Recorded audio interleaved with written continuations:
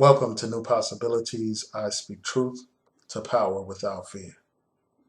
Today, the Mecklenburg District Attorney decided not to file charges against Officer Brentley Vinson for the killing of Keith Scott. And during his press conference, he indicated that a gun was recovered at the scene, that there was one round in the chamber of the gun, and that the safety was off and the gun was cocked. The DA said that this gun belonged to Mr. Scott. He also pointed out how Mr. Scott was wearing a holster on his ankle at the time. And during this press conference and also in the report, they say that when the police arrived on the scene, that Mr. Scott was reaching for his gun, he pulled his gun from his holster and kept it in his hand. And despite repeated requests from the police to drop his gun, he refused to do so. Not only did he refuse to do so, according to the police, he got out of his vehicle with the gun in his hand. And despite continued requests to drop the gun, he continued to hold the gun, and the police claimed that he turned towards police officers. And at that point, Officer Vinson fired the fatal shots, killing Keith Scott. And early on, there was a dispute about whether Officer Vinson was the one who actually killed Keith Scott. But according to the report, all the shell casings recovered at the scene belonged to Officer Vinson. And it's important to point out that Officer Vinson is an African American. That's important because people are using that fact to say that this is not a case of racism. Also, the report indicates that Mr. Scott's DNA was found on the gun that was recovered at the scene. They also point out how at the time when this occurred, Mr. Scott had an outstanding and active arrest warrant pending.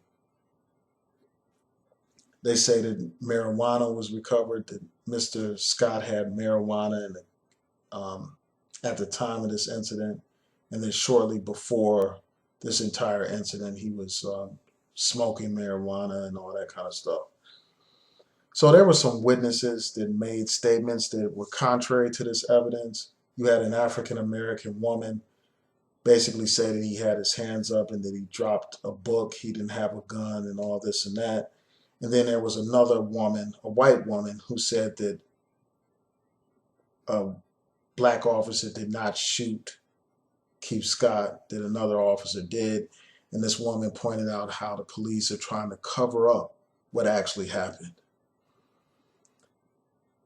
But this report found that these two witnesses essentially were lying initially when they spoke to the press and when they spoke to social media.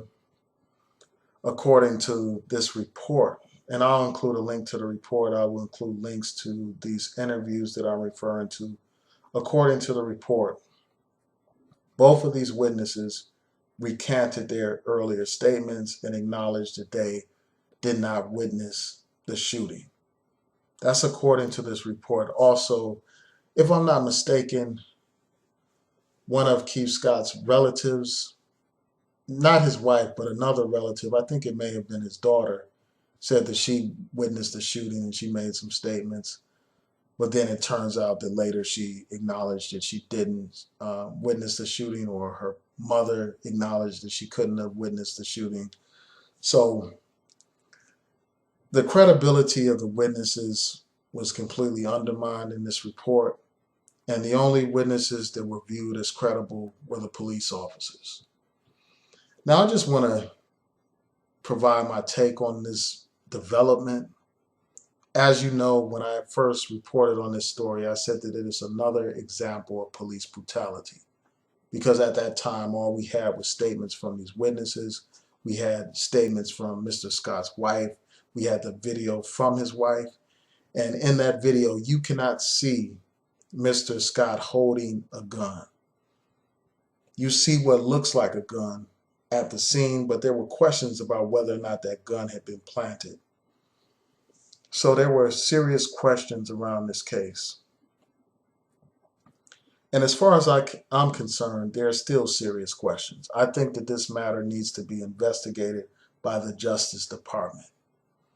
I understand that the State Bureau of Investigation conducted an investigation. They had over 60 agents investigating the situation. They spent hours investigating. But I think that you need somebody outside of the state, someone that is completely objective to conduct this investigation. I think that it warrants that. And I find it odd that you would have these witnesses come forward, go to the press and say that he did not have a gun and say that somebody else shot Mr. Scott and make all these statements that are contrary to the police account and then later completely recant their statements and say that they weren't there. That makes me wonder if there was any form of witness intimidation in this case. We know that police have great power and influence. We know that because they have that badge and they operate under the color of law and they have the power over life and death, it makes it easy for them to intimidate witnesses, especially if you live in that community and the police are the ones that you rely on for protection. It's easy to see how they could pressure people into changing their story and changing their testimony. So I wonder if that's the case here. It may not be the case. Maybe these people just made up this story because they wanted to be seen in the press, but I find that hard to believe. Just like in that Michael Brown case, you had all these witnesses come forward making all these statements, and then all of a sudden everything is changed. They flipped their story. I find that hard to believe that you would have all these false witnesses step forward. And then you also had Keith Scott's wife record this incident as it was unfolding. And during the recording, she said that he does not have a gun. And I'm wondering about that. I'm wondering either this woman does not know her husband at all. She doesn't know what he possesses. She didn't know that he had a gun. Because according to this report, the person who sold him the illegal gun acknowledges doing so. So either Keith Scott's wife was clueless as to what was going on with him, as to the fact that he was walking around with a gun on his ankle, or there's been some kind of tampering of evidence. And, these things raise a lot of questions. And I just think that they need to be investigated by an independent party, someone outside of the police. So tell me what you all think. This whole situation just has me just thinking about how I'm going to go forward with reporting on these incidents of police brutality. Because early on, like in the early reporting of these cases, you have one story, and then later on, after the police and the DA conducts their investigation, you have a completely different story. You have a completely different set of evidence that's completely contrary to what the witnesses had said. So that just makes me think, in the future, I'll probably wait out these cases more until all the facts are developed before I discuss them.